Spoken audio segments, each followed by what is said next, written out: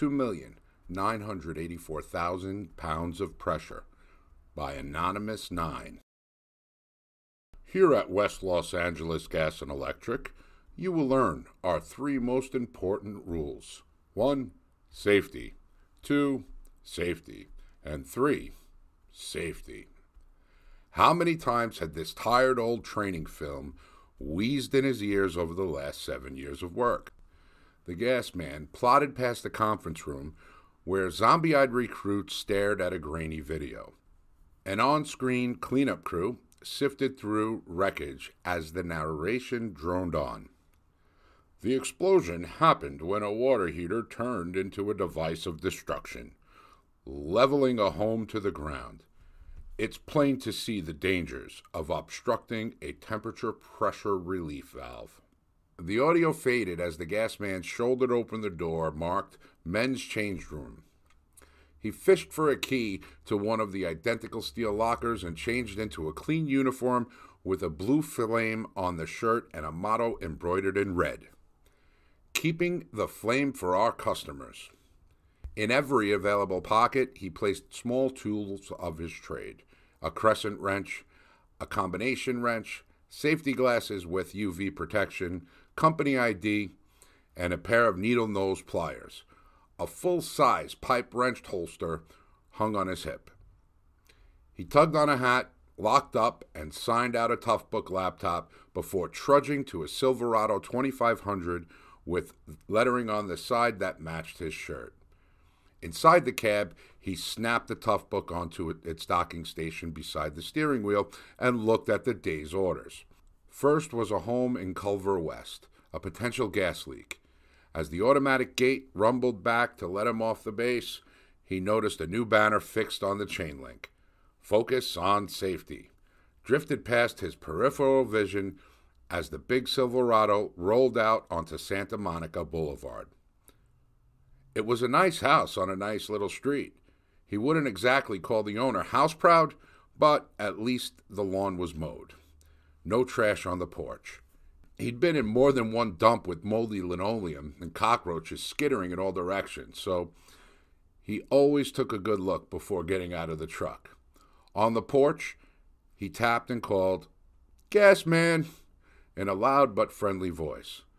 A female inside barked for somebody to answer the door, and when it opened, his world glitched and wobbled as if an unseen hand had just clicked the "Start Game" icon on his life.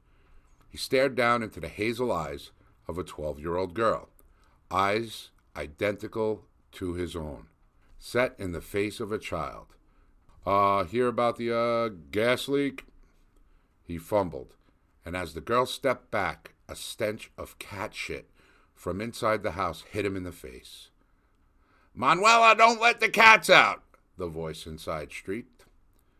"No, Mom, I know," the girl called over her shoulder, motioning him in, and suddenly he knew that voice inside, too.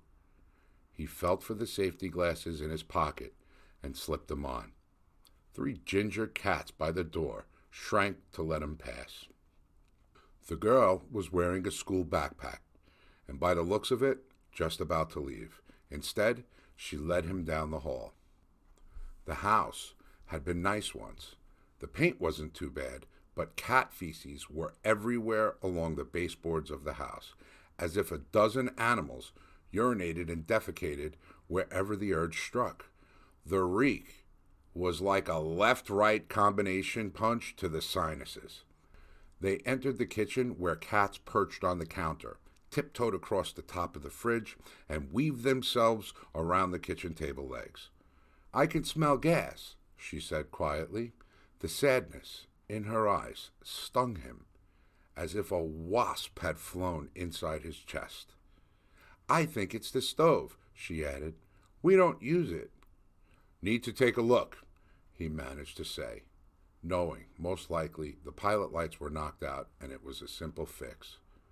"Mom, I'll be back at 3:30, she called. Another shriek. "Did you feed those cats?" "Yes, ma'am." The girl left him with a sideways glance, starved of hope. A half-dozen cats followed her into the hall. No reply from the front room, just a crescendo of canned laughter and a cascade of tinny music. Alone, in the fetid kitchen, thoughts clattering and banging inside his skull. Outside the kitchen window, he caught the flash of her hair and backpack bouncing. Then she was gone. 8 years ago, she was 5 years old. He was 29. It was classified as an international abduction. He'd hired an attorney and obtained a custody decree, but Christy had vanished with their child deep inside Mexico. It was just like something Christy would do. She graded poorly in the impulse control department. When they married, he thought age or motherhood might improve her. Never dreamed she'd bolt and take Madison. That was the girl's real name, his girl, Madison. Now she was Manuela. Did she even remember owning another name once? Off the kitchen was a small walk-in closet. The door was open and he could see a cat box jammed to the rim with shit and piled like a pyramid in the middle. The cats had finally given up. He did not blame them. "Did you find it?" a voice rasped close behind. His stomach flopped as he turned around. 8 years had not been kind to Christy. The stained house dress, the bleary face, gave away serious drinking. She held an enormous Angora cat in her arms like a baby, and when her mouth opened to speak, he saw the premolars were missing. "My mom passed away, so we moved in a while back. It's mine now," she added unnecessarily. "Kid says she smells gas. I don't smell a damn thing. You?" She stroked the armload of fluff reclining in her defeated breasts. He touched his hat brim in a show of respect, really to shield his face. "Need some stuff from my truck." Her pale lips pursed at him, and she tramped back into the living room where the TV screamed for attention. The mother of his only child seemed hypnotized by it, as if the rest of life had disappeared. Outside, he drew fresh air in deep and tried to exhale the stink. He opened a bin on the back of the truck and pretended to sort through valves and elbows. She's back. Madison and Christy are back. He could call an attorney, child welfare, the police even. He could press charges, file for custody. The memory of Madison's photo sprang to mind. Posted on the website for missing and exploited children. "Have you seen this child? ¿Ha visto usted estos menores?" 800,000 like her, missing every year. Flashback to red tape hell, his attorney's voice. "Crime moves swiftly, justice grinds slowly. We're doing all we can within the law." He'd hired an investigator to go to Mexico and track them, paid insanely high mordida bribes to grease jurisdictional wheels, all for nothing. He used to wonder if there was any pain more intense than losing a child. On the worst nights, racked with loss and rage, he bargained with the dark. "Tear out my eyes," he would beg. "Break my neck, grind my bones, just let me rescue my little girl." The dark never answered. After 3 years nonstop, something told him to quit. Let them think he forgot. He knew Christy. She would try to come back. This time, he knew how it would go. Court-ordered visitation, lengthy evaluations, a court battle. Courts always favored the mothers, even crazy ones. Most likely, Christy would disappear and take Madison. Again. Not this time. No.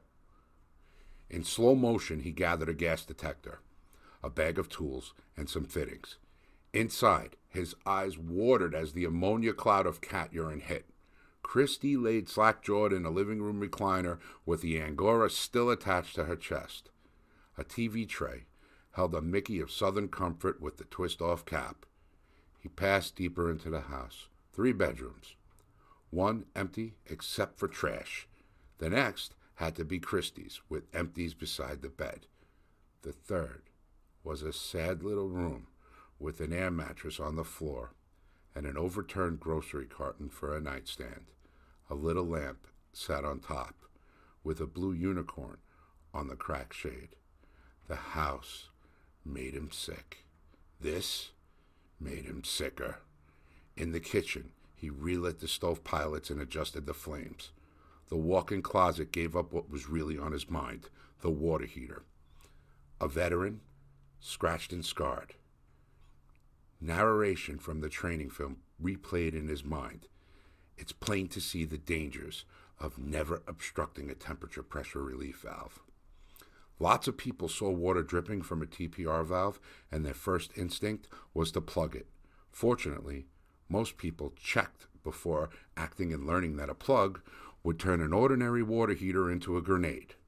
Some people didn't check, though, accounting for a number of explosions every year, some of them fatal. It was just a matter of fitting a plug, cutting the safety link, turning the thermostat to max. A good couple of hours, and 2,984,000 pounds of boiling steam pressure would detonate the tank and blast the house down. He crossed to a kitchen window, cats scurrying out of the way. They were about 15 feet from the house next door. Every window would blow out from the shockwave, but the force wouldn't penetrate the next home. Neighbors would be safe. Still, he didn't touch anything. Eyes stinging from cat box fumes. He set his tool bag on top of the heater and returned once more to the truck. Madison had said she would be home at 3:30. Right now, it was just past 9 in the morning. The house and everyone in it could be gone before noon. Movement on the porch caught his eye as a calico cat poked its head out the front door and ventured into the sunlight. It dawned suddenly why the yard was kept clean. Devious Christie avoided drawing attention with a dirty yard by letting the inside go to hell with impunity. He checked the tough book for a time on the order. Amazingly, only 13 minutes had passed. He was still within the normal estimated time for a gas leak. His mind drifted down a timeline of possibilities. The heater explosion would leave a pile of steam-cleaned rubble. His work record was spotless, and Christie would go down as another unfortunate do-it-yourself homeowner, deceased. State budget cuts would help keep the investigation superficial. He'd be clear if nobody dug too deep. A few months on, he could slide into another job and put distance between himself and anything to do with water heaters. His thumb tapped the steering wheel as 3 more cats left the house and strolled over the lawn. If he went through with this thing, Madison would go to foster care today. No matter where she was sent, it would be healthier than this. He could safely collect her in about a year and get the best therapy that union medical benefits could buy, for both of them. On the other hand, she might recognize him as the gas man.